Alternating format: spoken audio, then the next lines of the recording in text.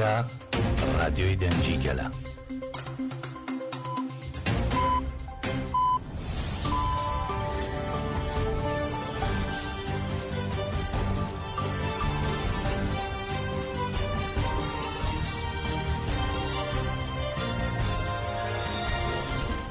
ئەم کاتتان باش بیسەرانی هێژە لە ڕادیۆی دەنگی گەلەوە بە یارمەتی هاوکارانم گەشتی هەواڵەکانی ئەم کاتژمێرەتان پێشکەش دەکەین.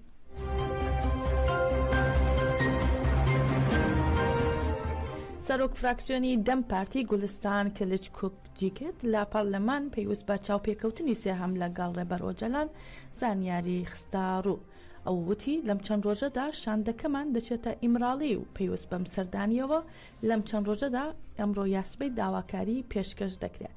هەروەها گولستان وتیشی لە سەردانی ئیمراڵیدا بەتایبەت زانیاری لەسەر سەردانەکانی باشووری کوردستان و ئەو گفتوگۆیانەی کاکراون بە بەڕێز ئۆجەلان ڕادەگەێنرێت. دوای چاوپێکەوتنەکە کاتی ڕاگەیاندنی بانگەوازیە مێژوویەکەی بەڕێز ئۆجەلان دیاری دەکرێت کە لە چارەسەری پرسی کووردا دەبێتە قۆناغێکی سەردەمێکی نوێ. هەروەها گولستان کۆکجیت جەختی کردەوە دوای ئەوەی بانگەوازیە مێژوویەکە دەدرێت بەرپرسیاریتی دەکەوێتە ئەستۆی پەرلەمان و وتیشی بانگەوازی لە پەرلەمان دەکەین با بەرپرسیارەتی خۆی هەستێت و بکەوێتە ژێرباری بەرپرسیارەتی خۆی و بۆ جێبەجێکردنی پێویستیەکانی بانگەوازیەکە دەست بەجێ هەنگاو بگرێتە بەر.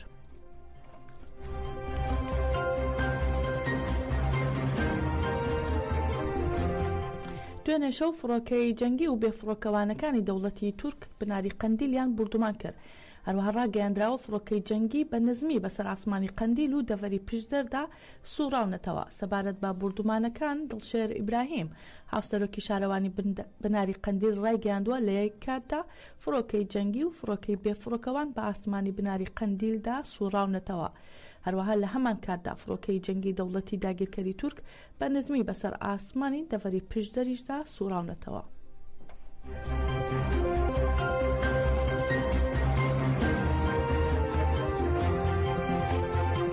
جەنگاوەرانی ئازادی کوردستان ماک ڕایانگەیان لا دژی پۆلیسی دەوڵەتی داگیرکەری تورک لە ئێلح چالاکی تەقاندنی بۆمبی دەستکردیان ئەنجامداوە و لە ئەنجامدا چەندین برینداری لەکەوتوتەوە.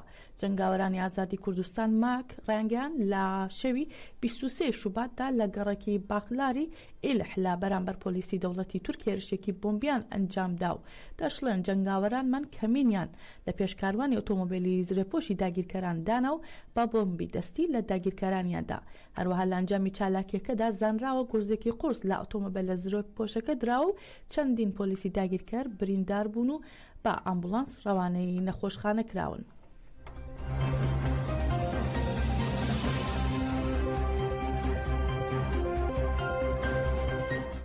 جەنگاوەرانی هەبەدەهەی تایلاند دێمیرجۆغلو ڕایانگەیان لە ئیزمیر گڕیان لە گۆڕەپانێکی بەکارهێنان و فرۆشتنی ماددەهۆشبەرەکان بەرداوە و زیانێکی زۆریان بە بازرگانانی ماددەهۆشبەرەکان گەیاندووە. جەنگاوەرانی هەبەدەها لە ڕاگەیاندراوێکی نووسراودا ڕایانگەیاندووە لا چالکە بەردەوامەکانیان دژی بە ئامرازەکانی شەڕی تایبەت نیوە شەوی 20 شوبات لە ئیزمیر لەلایەن جەنگاوەرانی هەبەدەهەوە گۆڕەپانێک سووتێنراوە. لە ئەنجامی چالاکیەکە بە تەواوەتی گۆڕەپانەکە خاپور کراوە و هەروەها بانگەواز لە بنەماڵەوەی وڵاتپارێز و شۆڕشگێڕان کراوە. ئاگادار بن لەو گروپانی کە دەیانەوێت لە گەڕەکەکاندا مادەی هۆشبەر بڵاو بکەنەوە و لە دژی ئەم کارانە ئاڕۆڵەکانیان بنێرن بۆ تێکۆشانی شۆڕشگێڕی.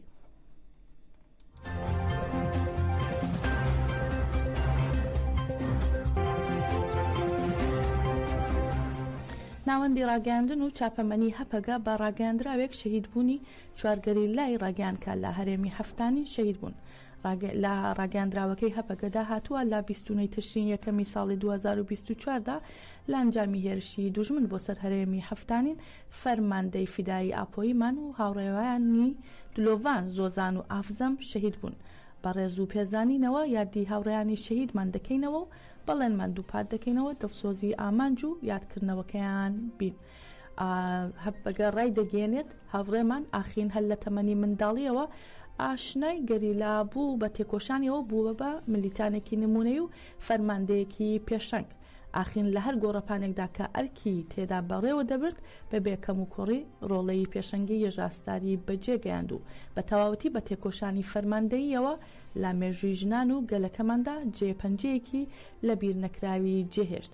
هەروەها هەپەگا سەبارەت با دلۆڤان دەڵێت دلۆڤان هەر لە ساتی بەشداربوونی نێوگەریلاوە بە سەقامگیری ژیانی خاکیانە و بەشداربوونی دروستیەوە بووە نمونەیەک بۆ هەموو هاوڕێیانی. دەربارەی زۆزانیش ڕاگەیاندراوە زۆزان بە بڕیارداری و خۆشەویستی ئازادیەوە ڕووی کردە چیاکانی کوردستان و لە یەکەم ساتی بەشداربوونیەوە تێکۆشانی لەسەر هێڵی گەریلایەتی فیدایی ئاپۆیی پەسەند کرد و فەرماندەی فیدایی زەینەب کەناجی کردبە نمونەی خۆی. هەروەها ئافزەم ویستی بەرپرسیارەتی خۆی لە بەرامبەر گەلەکەماندا بەجێبگێنێت و ئەم قۆناغەی وەک لە دایکبوونەوە و ژیانەوەی هەڵسەنگاند. هەپەگەڕای دەگەێنێت وەک هاوڕێیانی شەهیدانمان سەرساغی لابنەماڵی هێژای ئاخین دلۆڤان زۆزان و ئافزەم و هەموو گەلی کوردستانی وڵات پارێزمان دەکەین. زانیاری لەسەر ناسنامەی هاوڕێیانی شەهید بەم جۆرەیە خراوە تاڕوو. حەلیمە کایە بە ناسناوی ئاخین جوودی لە شەرنەخ لە دایک بووە و لە 29 تەشرین یەکەم لە هەفتانین شەهید بووە. هەروەها محەممەد ئینان مینتاش بە ناسناوی دلۆڤان ئافزەم لە ئامەد لە دایک بووە. چیدەم کورت بە ناسناوی زۆزان ڕووکەن ئەویش لە جوولەمێرگ لە دایک بووە و عەزیمە کابول بە ناسناوی ئافزەم جوودی لە شەرناخ لە دایک بوو لە 29 تەشرین یەکەمی 2024 لە هەفتانین شەهید بوون.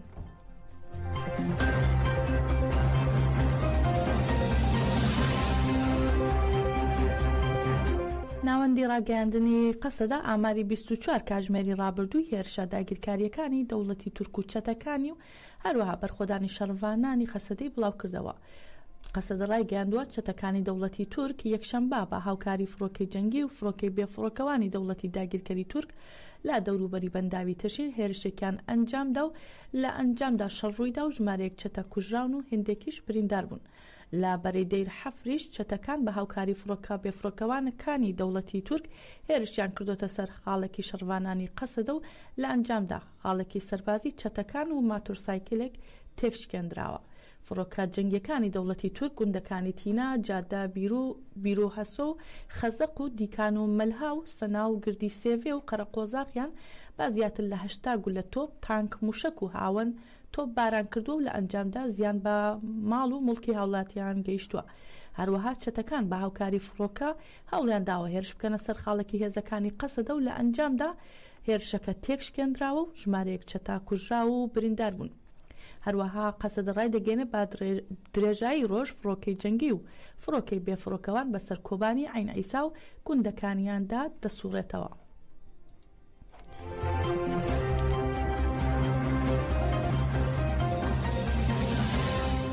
لە چوارچەوەی دەست بەسەر داگرتنی ئیرادەی گەل وەزارەتی ناوخۆی دەوڵەتی داگیرکەری تورک قەیومی لە شارەوانی قاخزەمانی قەرسی باکووری کوردستان داناو کە لە هەڵبژاردنەکاندا پارتی یەکسانی و دیموکراسی گەلان شارەوانیەکەی بەدەستهێنا بوو.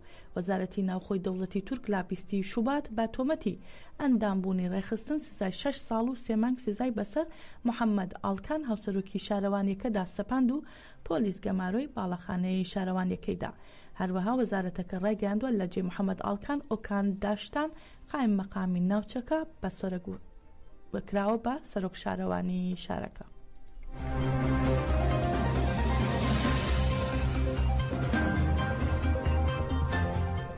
سەبارەت بە بەرخۆدانی ڕۆژاوای کوردستان دایک و باوکی هەردوو شەهیدی فەرماندەی یەپەگا ڕێناسڕۆژ و گەریلای هەپەگا ڕێباز تیلەکۆیی پاڵپشتی خۆیان بۆ شۆڕشی بەرخۆدانی گەل و شەروانان ڕاگەاند.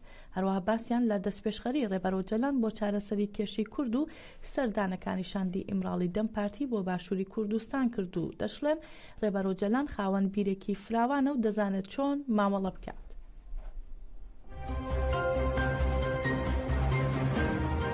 سڵحەکەن ئەم سڵحە سڵحی فێڵ نەوێ سڵحێکیێ نەونەتەوەیی بنووسێ بڵێ لەم تاریخەوە کەس تەقە لە تفەنگێونەیە کەس ترۆن نەکا کەس درۆن نەنێرێ بۆ سەر ئەم بمبارانی ئەو بەحرێ نەکەن ئەلعان ئاوی 200,000 نەفەر بڕیا ئەوە خۆی نە ئینسانیەت تێرێ نە ئیسلامیەت ئێمە ئەشت دەست بینە دەسیێتەوە ئەم کاریە لە هەموو بێژین ولی ئەبێ قسەی وە کار ملەتەکەم تێ بیکەی ئیسا ئێوە وەکارتێن من تازە تەمەنم ڕۆیە ئێوە میوەی ئەم وڵاتن ئێوە هەموو شتێکن بەس من نا ئێمە بەشی ئەسکەریمانەست بەشی ڕاگەیاندنمانەست بەشی شارەوانیمانەست بەشی جەوی شار و دێمان هەیە بەشی ژنگەمان هەیە هەموو قسەی ئەمانە ئەشێ بکریە ئەگەر ئیشەڵڵا سوڵح بکریە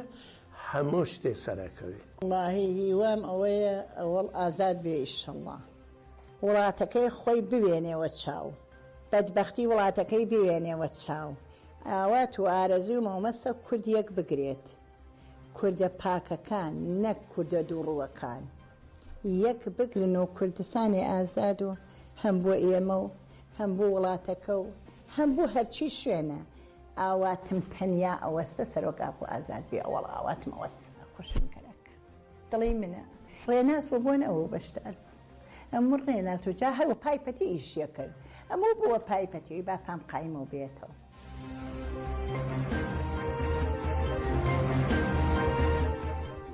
لە بلژیکا با مەراسمێکی تایبەت یادی شەهیدانی ڕێگەی ئازادی کوردستان کە لە کات و شوێنی جیاوازدا شەهید بوون کرایەوە. لە چالاکیەکەدا سیاسەتمەدار سعید فورات ئاماژەی بەوە کرد گەلی کورد لە قۆناغێکی کاریگەر و هەستیاردایە و باسیشی لە میراتی شەهیدان کرد. هەردوو گەریلای هەپەگە جەسوور ڕۆبۆسکی بە ناوی ئادەم ئونجو هەروەها ئۆزگۆر ئونجو بە ناسناوی کە لە هەرێمەکانی پاراستنی مدیا شەهید بوون بە بیرهێنرانەوە. لا یادکردنەوەکەدا یادی شەهیدانی ڕاگەیاندنی ئازاد شەهید عەگید ڕۆژیش کرایەوە کە لە هێرشە داگیرکاریەکانی دەوڵەتی تورک لا بەنداوی تەشرین شەهید بوون.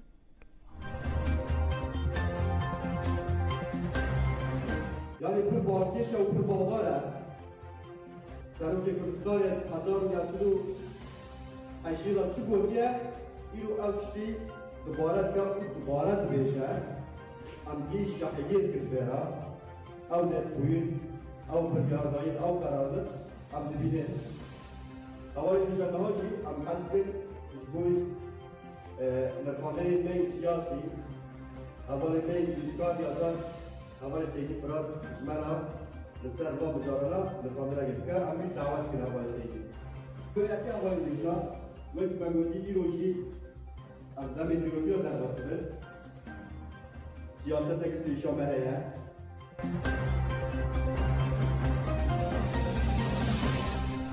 لە هەڵبژاردنە پەرلەمانیەکەی ئەڵمانیا ڕاستڕەوەکان سەرکەوتن و پارتی سۆسیال دموکراتیک بە سەرۆکایەتی ئۆلاف شۆلز ڕاوێژکاری ئێستای ئەڵمانیا شکستی هێنا. هەردوو پارتی یەکەم و دووەم کە ڕاستڕەون ڕژن لەسەر پێداچوونەوەی یاساکانی کۆچبەری و داخستنی سنوورەکان. ڕاستڕەوە توندڕەوەکان هەر بەوشەوە نەوەستاون و بەڵکو پێداگری لا دیپۆرکردنەوەی بە کۆمەڵی کۆچبەران دەکەن و هەمان پەیڕەو کە دۆناڵد ترامپی نمونەی باڵایان لە ئەمریکا پەیڕەوی دەکات. دۆناڵد ترامپ سەرۆکی ئەمریکا سەرکەوتنی ڕاستڕەوەکانی با ڕۆژێکی گەورە بۆ ئەڵمانیا ناوبرد و وتیشی هەروەک ئەمریکا گەلی ئەڵمانیاش بێزارە لە ئاجێندای نالۆجیکی.